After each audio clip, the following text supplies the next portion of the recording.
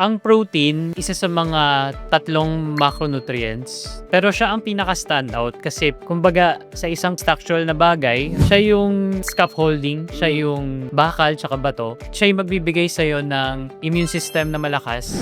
Kasi nga, mapipigilan niya yung pag-degrade ng organs mo, pag-degrade ng muscle mo, tsaka iwas ka sa mga sakit. Maganda yung tulog mo, ma-achieve mo yung long life kasi yung muscle mo intact. Pero take note, may ceiling. Mag-limit ka pa rin per day. Kasi ingat ka, ang daming gumagamit pa ng mga chemicals. Hindi natin alam kung synthetic ba yun. Alam naman natin na usong-usong ngayon yung mga kidney diseases.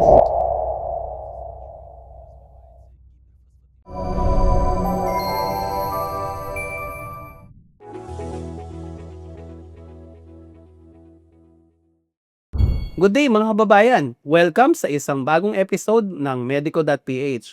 So sa mga nakaraan nating videos, madalas na ating topic yung nutrition. Usually, mga klase ng vitamins, minerals, and yung mga pagkain na maraming benepisyo pagdating sa kalusugan natin. Pero napansin ko lang ang isang super halaga na parte ng nutrition ng tao hindi pa natin na kalakay in a lot of detail. Lagi natin siya nababanggit pero not quite siya yung focus natin At yan ang protina. Ano ba itong mga protina na to at paano niya tayo natutulungan na magstay sa magandang antas ng kalusugan? So ngayon, nandito ang ating board certified at lisensyado na nutritionist and dietitian, si Mr. Mark Vicente para ipaliwanag sa atin yan. Collagen supplements. Habang tumatanda, mas madaming lumalabas na sakit sa katawan. Ang mga pananakit sa leeg, balikat, kamay, likod, tuhod, at iba pang tinatawag na joint pains. Kung hindi maaagapan, maaari itong lumala at maaka-apekto sa araw-araw na pamumuhay. Kaya ang payo ko sa mga chronic joint pains, mag-take ng collagen supplements. Tumutulong ito panatilihing maganda ang kalagayan ng joints para mabawasan ang pananakit at iwasan ang paglala. Bonus pa, nakakabata pa ng balat, buhok at kuko ang collagen. Kaya pag regular ang pag-iinom, ramdam ang panunumbalik ng ganda at sigla ng katawan. Pero syempre, di lahat ng collagen ay pare-pareho. Kung hanap ninyo ang pinakamabisang klase, pumunta lang sa store.medico.ph sa inyong mga browser o hanapin sa Google. Maaari ninyong i-click ang link sa description. Dito, ma-order ninyo ang collagen supplements, glutathione, vitamins at herbal supplements na rekomendado namin. Tandaan, store.medico.ph para sa original at ubod ng bisa na collagen. Sir Mark, ano ang protina at bakit mahalaga ito? Ang protein, isa sa mga tatlong macronutrients, no? Carbohydrates, protein, and fats. Pero siya ang pinaka-standout kasi siya yung buhay. Siya yung cell, siya mismo yung buto, siya yung muscle. Kumbaga, sa isang kotse or isang structural na bagay or nasa bahay, isang building, siya yung scaffolding, siya yung bakal tsaka bato. Ang nagpapaandar lang ay yung carbohydrates at fats. Kumbaga sa kotse ulit, siya mismo yung makina, ang fuel lang natin ay yung carbs and fats. Yes. So hindi tayo mabubuhay ng ganito katagal kung walang protein. And syempre, part ng bumubuo sa katawan natin, protina rin to, di ba? Lahat protein. Everything protein sa katawan. Kumbaga, siya yung messenger, no? Messenger hormones, siya yung enzymes, siya yung dugo mo. Pag nagkasakit ka, siya yung tutulong sa'yo. Pag gusto mong gumawa ng anak, siya din naman yun Actually, Di ba? Lahat. di ba? Protina talaga. Tsaka, siya ang magbibigay sa'yo ng long life. Okay. Tsaka iwas sa mga sakit. Kasi siya yung sustansya And tama ba, Sir Mark, ang protein ay nakukuha mostly sa animals na pagkain? Although meron din naman na plant-based, di ba? Oo. Ang protein tulad ng mga hayop at tao na compose tayo ng mga muscle. Kung cannibal ka, pwede kang kumain ng tao. Oo, dati, no? Dati. Usaping Wag naman. Wag naman ngayon, medyo tayo dyan. So sa hayop, dun makikita yung complete na protein. Meaning kompleto yung amino acids. Yung amino acids, yung mga maliliit na protein na nag-breakdown. So, kompleto siya.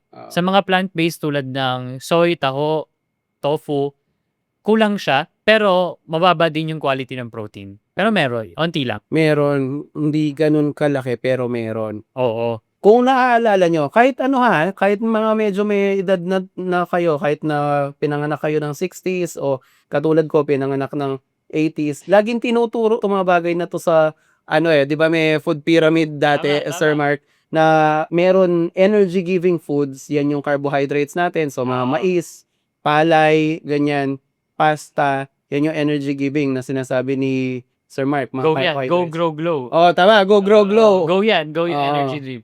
Tapos yung bodybuilding, 'yan yung mga protina, Yung 'di ba, grow. Sir Mark? Oo, yung grow foods kasi pampatangkad, pampalaki ng katawan, basta Yes. growth. Tapos yung glow o regulating foods, 'yan yung mga gulay-gulay, 'di ba, Tama. sir? Oo.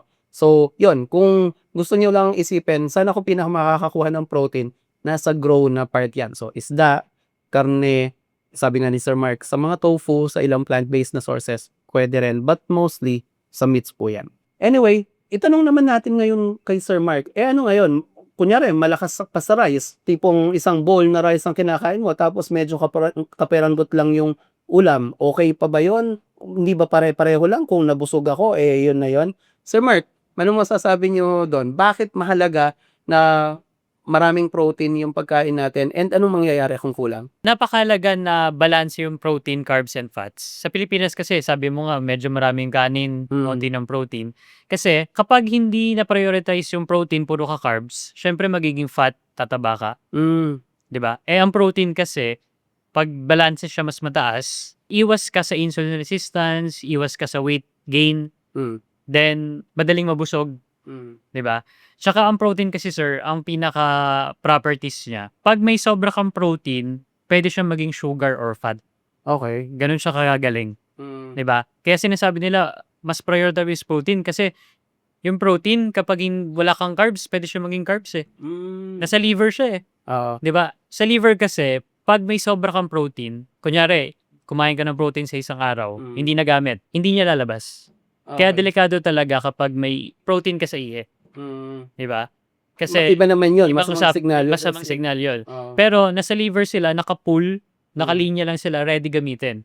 For example, nag-low carb ka, Mm. si protein lalabas. I see. And yung kabaligtaran is not true. Kung mataas naman ang carbs mo, hindi magiging protein 'yan, 'di ba, Yes, sir? hindi siya two-way. Okey. Kaya napakaganda talaga na may protein ka per day. So kung pipili ka, mas mataas lang ba ako sa carbs at low protein or mas mataas ako sa low protein, mababa sa carbs, laging mananalo yung high protein, low carbs, 'di ba, sir? Yes. Kasi ang protein, lagi 'tong nate-take for granted talaga. Mm. Although mahirap siya hanapin tsaka mahal kasi. Yes. Pero kung kayang-kaya niyo talaga mag-alat ng calories galing sa protein, gawin niyo kasi ang protein, siya yung magbibigay sa'yo ng immune system na malakas. Kasi nga, mapipigilan niya yung ano mo, pag-degrade ng organs mo, Mm. pag-degrade ng muscle mo, 'di ba? Tsaka iwas ka sa mga sakit, Mm. lalo na 'pag ano ka naman, healthy ka. Oo. So ayun, sa madaling salita, 'yan medyo technical, medyo makonsepto yang mga 'yan. Ang ibig lang sabihin niyan, mas damihan mo ang ulam kaysa sa kanin. As Yes. long as yung ulam mo, healthy, 'di ba, Sir Tama, Mark? tama ka. Kung inuulam mo yung chichirya o yung pansit canton, iba yon. Hindi ulam talaga Hindi 'yan, ulam yun, 'di walang ba? sustansya lahat. Oo, junk foods 'yan. Shoutout pala kay Boss Jello sa Binondo, barkada ko 'yan ng college.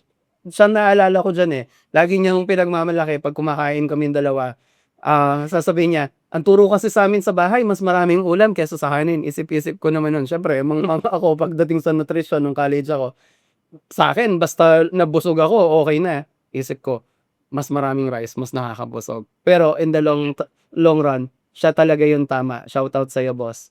Okey. Eto, Sir Mark, sino ang mga tao na tingin mo dapat high protein yung diet nila? Eto, immediate na kailangan mo ng protein sa katawan kapag nag-undergo ka or nakapag-undergo ka ng surgery, napapagaling ka, napilay ka, nagkaroon ka ng burning, stressed ka, okay? May problema ka sa liver, nasugatan ka ulit, may anemia ka, ayan yung mga prioritized. So, pag Siyempre, nagpapagaling ka, parang gano'n? oo, pag may infection ka, nilagnat ka, 'di ba? Kasi kailangan mo ng healthy white blood cells or healthy immune cells. So, protein manggagaling 'yon. Protein. Kasi nga, 'di ba napapansin mo 'pag nagkakasakit yung tao, pumayat ka. Ano ba pumayat? Buwag sa katawan mo. Muscle, sabihin di ba? nila. Oo. Kasi nga ginamit yung muscle mo as protein. Kumbaga, kinonsumo muna nung katawan mo para tanggalin ka dun sa state ng sakit, sir. Para mag-break even yan, Oo. saan ka kukuha ng protein? Sa labas. Oo nga. So, kailangan mag-equate siya para hindi mag-breakdown. Oo. So, break even, tapos huwag kayo mag-alala kapag sumobra kayo sa protein, kasi gagamitin yan niya. Siya yung bahala. Oo. Gagamitin niya yung saan. And mostly, sabi ko nga, siya yung buhay. No? Kahit sa utak, heart, nandun siya lahat. Protein talaga. Protein talaga. Then, sa mga kailangan magbawas ng protein, isa lang naman yung condition talaga eh. Yung chronic kidney disease lang. Hindi ka pwedeng mataas sa protein. Yes, pag ano. yun lang. Napakadali. Ang buhay, kapag healthy ka, tas may mga sakit ka, okay lang protein ka na normal or mataas. Oo. Doon ka lang magbababa kapag may kidney problem ka. Oo. Yun lang talaga. Kasi ganun siya ka-importante, di ba? Ano nangyayari, sir, pag kunyari may CKD ka, hindi malinis ng kidney mo yung mga excess na protein? Yes, kasi nga sira-sira na yung cells mo dun sa kidney mo, di ba? Oo. So kapag may protein ka, tataas yung workload niya. I see. Pero not necessarily zero protein. Oo. Kailangan syempre. lang normal to low kasi para maalagaan yung filtration rate. Correct. Yung GFR na Yung tinatawag nila, GFR diba? na tinatawag. Yung GFR na yan, baka I'm sure iba sa inyo familiar yan. Yan yung test na nagde-determine gaano pa kaganda yung function ng kidney, Sir Mark. So pag medyo bumababa yan, tumataas yung stage mo, stage 1 hanggang 5 yan ng CKD. And yung na-mention kanina ni Sir Mark, ang hindi lang magandang klase ng protein yung protein sa lab test mo. Ibig sabihin yung pag nag-urine test, di ba, Sir Mark? Tapos kag sa protein meron plus na ganon. Ibig sabihin may nakitang protein sa iyong ihi na maaring senyales na may problema tayo sa kidney.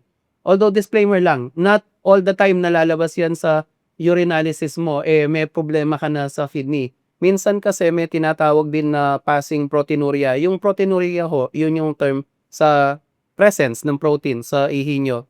Sabi nila sa mga professional athletes, highly trained athletes, tapos minsan randomly sa mga tao, magkakaganyan nang nawawala. Pero pag paulit-ulit sa test nakikita mo yung protein, kailangan mo magtatingin sa nephrologist, di ba, sir? Apo.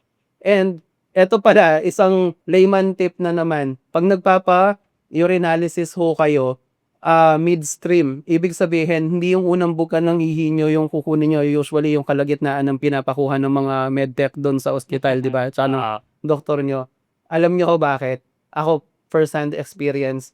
Sinubukan ko, late na ako, umagang-umaga, nakalimutan ko na sa bahay, tumakbo na ako, check up ko nga pala nun sa company. And then, yung unang wiwi talaga, yun yung binigay ko sa lab test.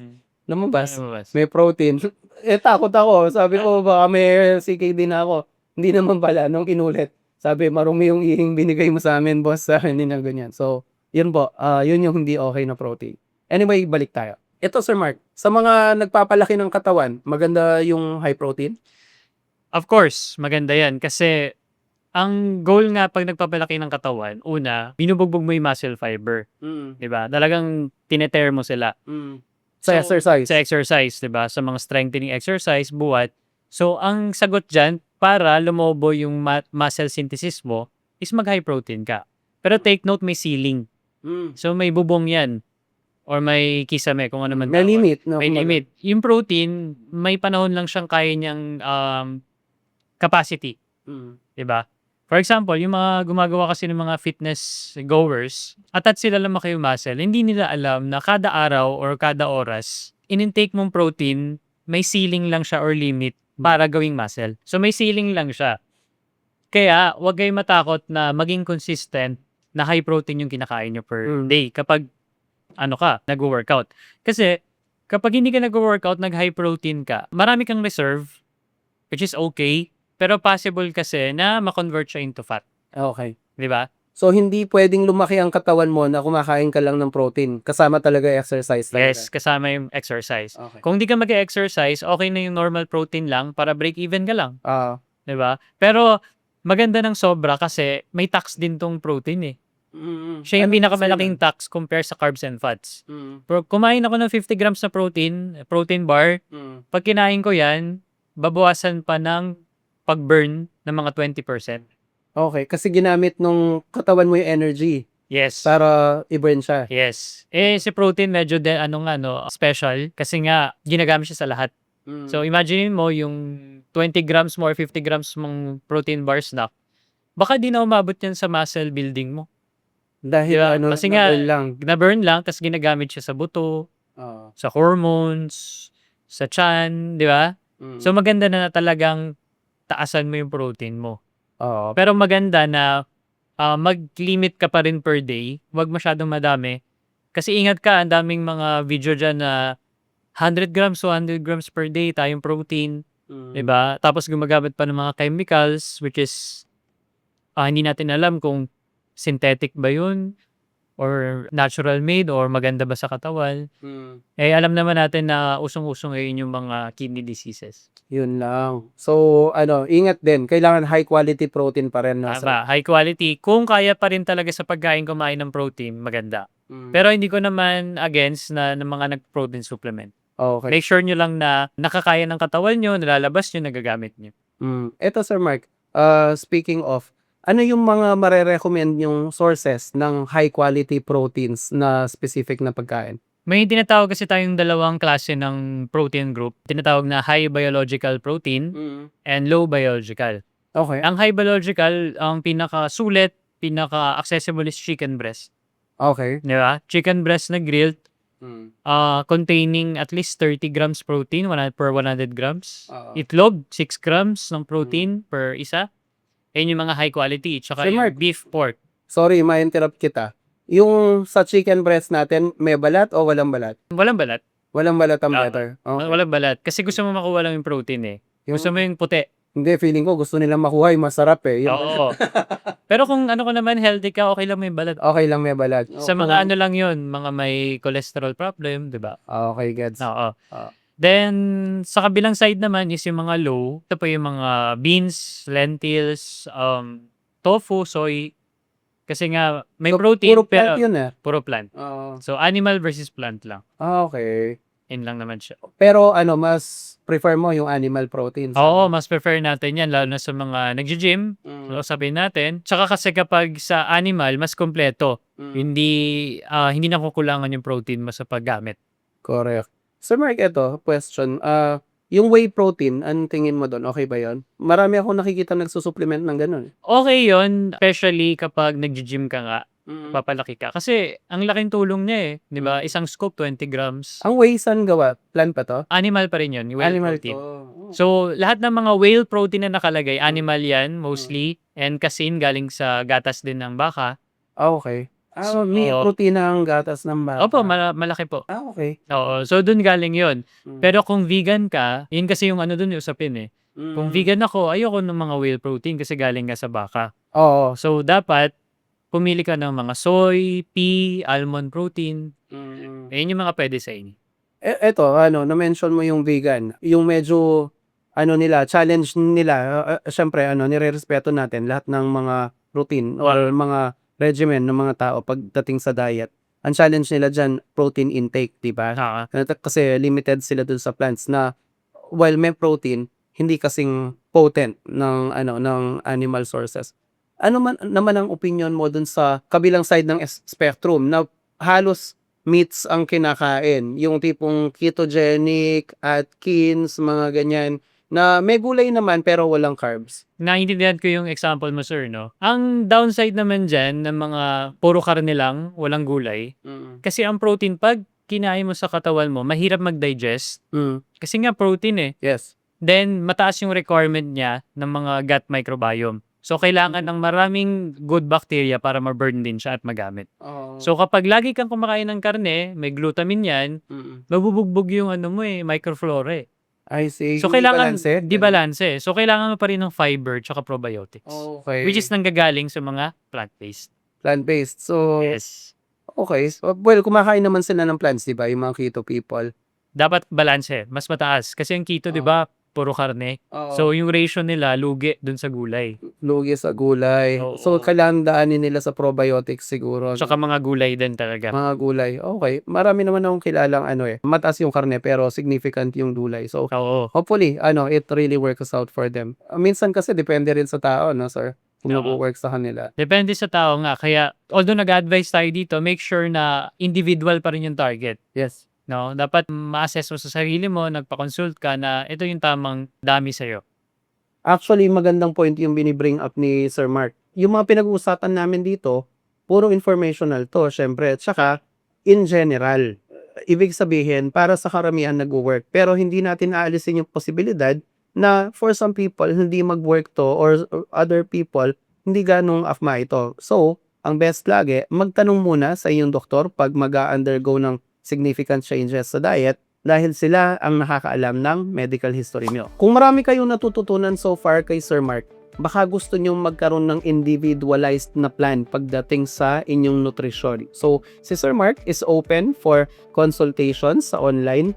Pwede nyo siyang ma-reach sa 099-555-12928 po sa aking number. And pwede naman po sa email. Email nyo lang po ako, vicentemark.18@gmail.com. So, ang pwedeng gawin para sa inyo ni Sir Mark as a licensed nutritionist is of course, i-assess yung current na state ng nutrition nyo.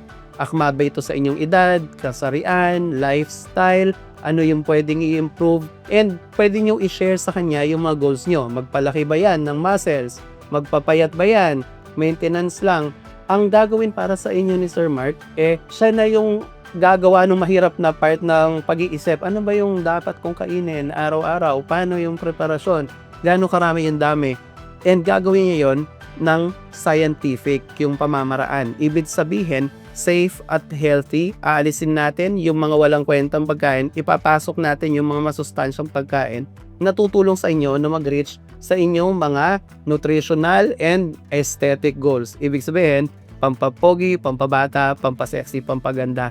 Lahat yung mga bagay na yan nagsisimula sa nutrition. So, huwag kayong mahiya. Kontakin nyo lang si Sir Mark kung kailangan nyo ng nutritionist advice. Dahil pinag-uusapan natin yung protein pa din, tingnan natin kung ano yung pinaka-standard na dami kada tao. Kasi merong formula din yan eh. So, ang pinaka-basic formula dyan as Filipinos din, for example, 60 kilograms ako. Ano ba yung protein ko dapat per day? Para ma-achieve ko yung break-even. Meaning, yung protein synthesis equal lang. So, at least, ta-times ko yon sa 1.5. So, dapat Okay. mga 90 grams ng protein ako per day. 90 grams. At least. Kasi sasabihin natin, may tax pa, di ba? Tapos, baka hindi niya pa gamitin kasi may mga loss pa.